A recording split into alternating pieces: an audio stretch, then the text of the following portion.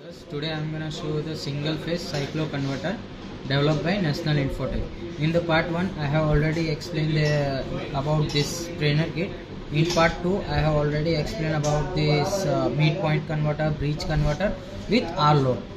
In this part I will explain about midpoint converter with RL load and bridge converter with RL load.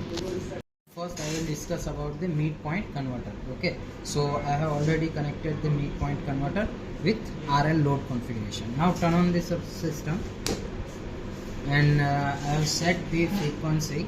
Output frequency, input frequency is 50 and output frequency is 50. So now I have set this frequency to 25 Hz. Okay, enter.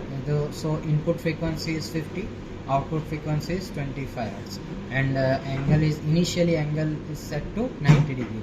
So turn on the system. So you can see here the output waveform of the RL load. Okay, so you can see the effect of L load. Okay, so now I have decreasing the firing angle to more clarification about the output waveform. Okay,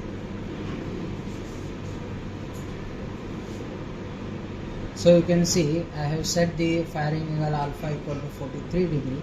Then you can see the proper output waveform of the RL load. Okay, now I have turn off the system and set the output frequency to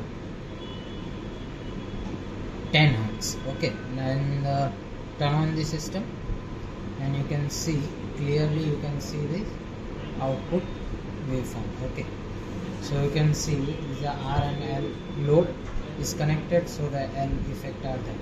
Okay, so likewise this you can also decrease your frequency. Turn off the system and you can also decrease the frequency to, so you can decrease the frequency to 5 Hz. Okay, so turn on the system and you can also clearly see the output waveform of the system. Okay, so our channel is to 25 milliseconds, output is around 5 Hz. Okay, so likewise this you can also connect the bridge converter. Okay, and you can connect the bridge converter with RL load and you can see the output waveform. Now before the connection of the bridge converter, you can turn off the system and you can connect the bridge converter. Okay, now I have connected the bridge converter topology. Okay, so in the bridge converter with RL load, so one minor change is P1 is connected here to P1 and P2 is connected here to N1. Okay, so you can get the proper output waveform of the RL load. Okay, so now turn on the system. Okay, and you can set the frequency to 25 Hz. So enter, decrease the frequency, again enter, and you can see input frequency is 50 Hz, output frequency is 25 Hz. So now turn on the system. So you can clearly see that this is the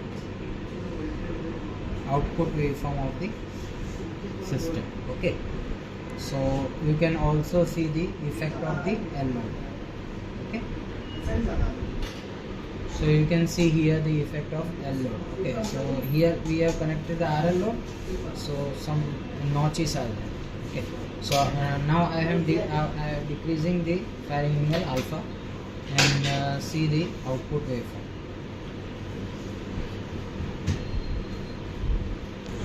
Now you can see our alpha is 20 degree, so you can see the proper output waveform of the RL load in bridge converter of. Okay, so now we have pressed system off. Now enter and frequency is set to 10 Hz. Okay, now turn on the system and you can see the output waveform of the system. Turn off the system and again you can set the frequency to 5 Hz, enter and turn on. So you can also see the output waveform of the system. Okay, so you can zoom it, and you can clearly see the RL load effect. Okay, now I am increasing the firing angle alpha and see what the effect is there. Now our firing angle is 130 degree.